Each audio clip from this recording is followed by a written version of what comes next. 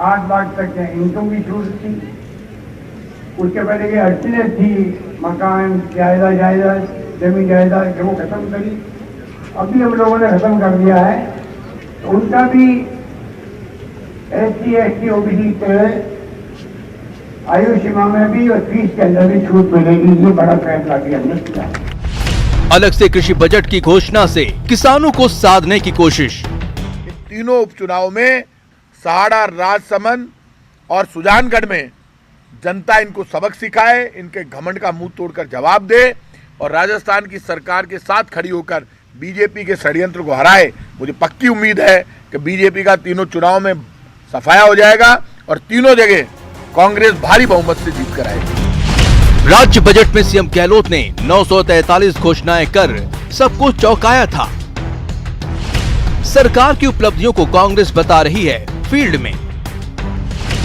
उपचुनाव में गहलोत की घोषणाएं साबित हो सकती है गेम चेंजर, मिड टर्म की मास्टर स्ट्रोक।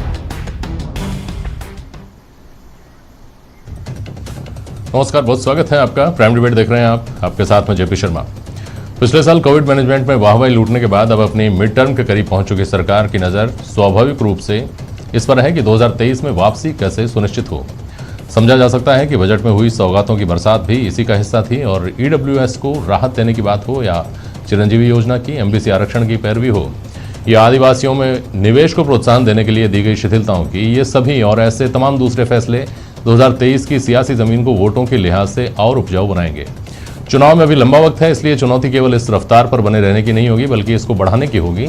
उससे पहले केवल 8 दिन के फासले पर 3 सीटों के जो उपचुनाव हैं, जहां इन फैसलों पर कांग्रेस को आस है कि जनता मुहर लगाने वाली है, भाजपा इन्हें सिरे से खारिज करती है और कांग्रेस पर आरोप लगाती है कि ये फैसले, घोषणाएं, नीतियां दरअसल भाजपा की केंद्र सरकार की हैं। कांग्रेस अपना मुलम्मा चढ़ाकर इन्हें जनता के बीच लेकर जा रही है। बस सच्चाई क्या है, आज प्राइम डिबेट में जानने की कोशिश करेंगे इन सवालों के जरिए कि बड़े फैसलों का कितना बड़ा सियासी फायदा।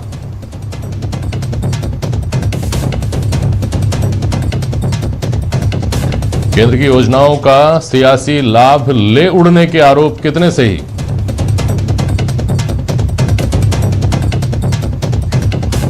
और गेम चेंजर विजन अगर है तो उसका उपचुनाव में कितना लाभ मिलने की संभावना है।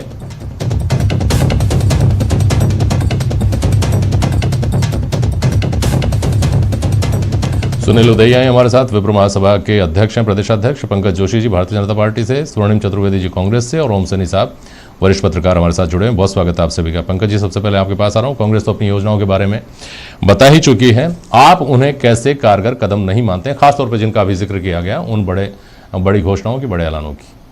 देखिए जेपी शर्मा साहब, सबसे बड़ी चीज़ ये थी कि जनता जो है कोरोना काल और कोरोना काल से पहले जब सरकार आई तो उससे पहले भामाशाह का जो स्वास्थ्य योजना थी वो चल रही थी। लेकिन भामाशाह स्वास्थ्य योजना को बंद करके जिस तरीके से लोगों को परेशानियां हुई, लोगों ने जो है अपने पैसों से जो है इलाज करा पाए, कई लोग इलाज के अभाव में जो है अपने को जो है बचा भी नहीं पाए। तो ये सब लोगों ने देखा कि किस तरीके से जो है सरकार ने आते ही सबसे पहले भामाशाह को बंद किया और बंद करने के बाद आप जो है अब जाकर के मिड टर्म में लेकर के आते हैं सब चिरंजीवी योजना लेकर आए। चिरंजीवी योजना की आवश्यकता थी, आयुष्मान यदि भारत आप ले आते तो उसमें मुझे बताइए आयुष्मान भारत में और इसमें क्या है, केवल आप थोड़ा सा परिवर्तन करके उन्हीं योजनाओं को जो है लाकर के जनता को दिखाना चाहते हैं। जनता सब समझती है क्योंकि आज जो है 2.5 साल पहले ही लोगों को आयुष्मान भारत का जो है लाभ मिल जाता यदि जो है सरकार सचेत रहती, सरकार यदि उस पर काम करती। लेकिन आप कहीं ना कहीं जो है अपने ही जनजोटों में उलझे रहे। थोड़ा सा रोकूंगा आपको क्योंकि इस पर मैं कल पूरे विस्तार से बहस कर भी चुका हूं और ये सवाल अनुत्तरित है और अगर है इसका उत्तर तो आप बता दीजिए। आप कह रहे हैं बहुत थोड़े से लोगों अगर लोगों को उसका लाभ 2 साल पहले ही मिल जाता, अगर सरकार ने शुरू कर दिया हो तो कौन से लोगों को मिल जाता? केवल जो फूड सिक्योरिटी के तहत आते हैं उन्हीं लोगों को ना। अब जो चिरंजीवी योजना की बात है वो तो राजस्थान के बच्चे को मिलने की बात हो रही है ना, हर परिवार को। देखिए मुझे कहिए, मुझे देखिए जेपी शर्मा साहब, आप जो मिल रही है, मैं कह रहा हूं कि यदि किसी को नहीं मिला, क्या एक व्यक्ति का यह सिद्धांत नहीं है कि जो है चाहे जो है मिले, लेकिन किसी के साथ अन्याय नहीं होना चाहिए? लेकिन जो लोगों के साथ आप क्या ही चाहते हैं कि बेसिकली उन लोगों के दम के ऊपर हमने उन गरीब लोगों को भी जो है छोड़ दिया। शिकायत आपने यही क्या चाहा ना कि उन गरीब लोगों को भी जो है केवल कुछ उन लोगों को फायदा देने के लिए हमने गरीब लोगों को भी चूसा। अगर वो सवाल तो ये सवाल भी अनआंसर्ड है स्वर्णिम चतुर्वेदी कि 2 साल तक, अब ठीक है आगे प्रदेश के जो तमाम परिवार हैं उनको मिलेगी कैशलेस बीमा की सुविधा, लेकिन ये जो बीच का दरमियान था, बीच का जो गैप था, उस गैप में जिन लोगों ने भुगता उनका क्या? स्वर्णिम चतुर्वेदी। देखिए जेपी जी, मैं आपको बताना चाहता हूं कि पिछले बीते 1.25 साल से कांग्रेस सरकार यहाँ पे जो हमने महामारी का दौर देखा, इस पूरे महामारी के दौर में आप देखेंगे कि हमने न सिर्फ लोगों को इलाज, दवाएं, सब सुविधाएं मुफ्त उपलब्ध करवाई हैं। 40,000 रुपए का भी जो इंजेक्शन लगता था इस कोरोना महामारी से बचने के लिए, बीमारी से, वो भी हमने मुफ्त उपलब्ध करवाया आम जनता को। बीमारियां तो दूसरी भी थी और देखिए, कोरोना के अलावा, बिल्कुल कोरोना सारी तो दूसरी बाकी बीमारियों का तो इलाज अपने आप वो ही है। सबसे पहले अगर हिंदुस्तान में मुफ्त दवा योजना कोई लेकर आए तो हम ही लायक हों, कि हमारा सपना है निरोगी राजस्थान का।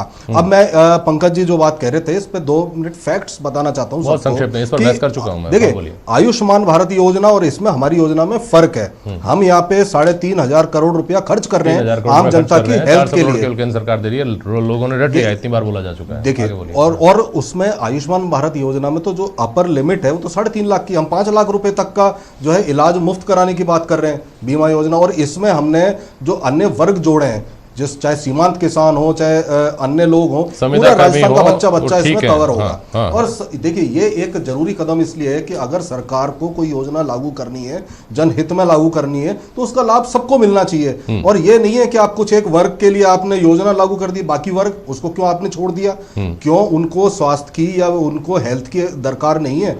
अभी और भी जो बातें आपने कही, ईडब्ल्यूएस आरक्षण की भी मैं बात करता हूं, तो हमने जो यहाँ पे कदम उठाए हैं, जो हमने निर्णय लिए हैं, जो राइडर्स लगा करके केंद्र सरकार ने ये आरक्षण लागू किया, जिसमें कहना चाहिए आवासीय क्षेत्र में प्लॉट की जो बताई थी 100 वर्ग गज तक का प्लॉट है तो नहीं मिल सकता, किसी और की अगर कृषि भूमि है 5 एकड़ तक की तो नहीं मिल सकता।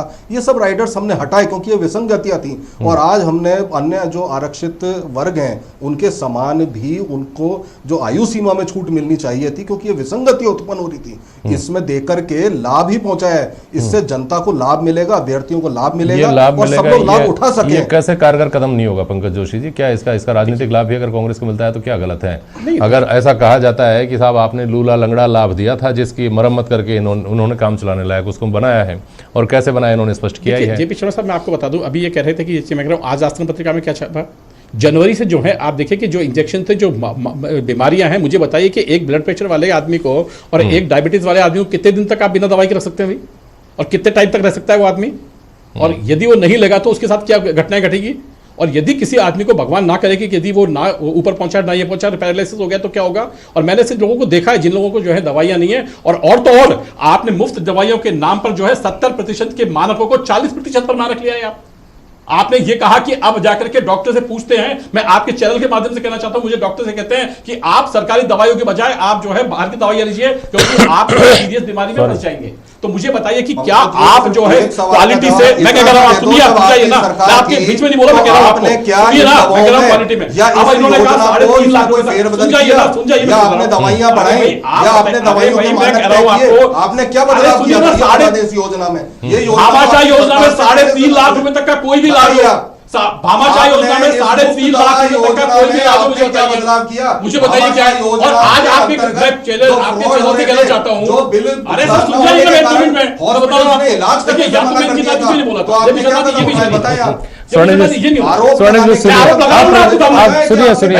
आप प्रधानमंत्री जी बोल रहे हैं, प्रधानमंत्री जी कह रहा हूं, जो जरूरी है आपको लगता है वो मेरे तक पहुंचाइए।